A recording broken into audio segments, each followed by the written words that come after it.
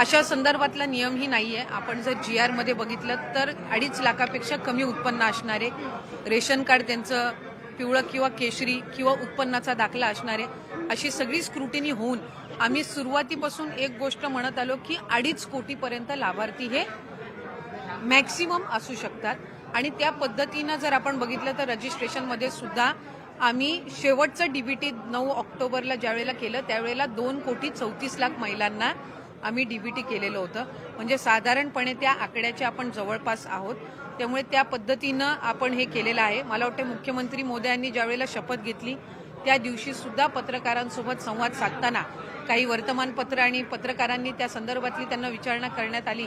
त्यावेळेला त्यांनी हेच सांगितलं की जे बजेट सेशन होईल, पुढचं बजेट सेशन होईल, त्यामध्ये जे 2100चा लाभ हा महिलांना आम्ही आमच्या मॅनिफेस्टोमध्ये कबूल केलेला आहे, त्या संदर्भातली जी काही योग्य ती घोषणा आहे ती केली जाईल.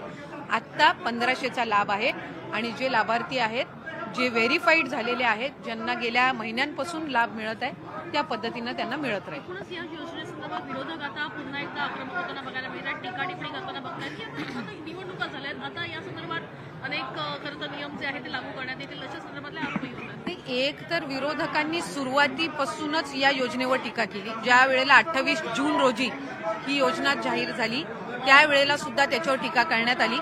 स्वतः त्या योजनेवर टीका केली की 1500 दिल्यावर मग राज्याचं काय होणार, राज्य खपाट्याला जाईल, आर्थिक व्यवस्था बिघडेल.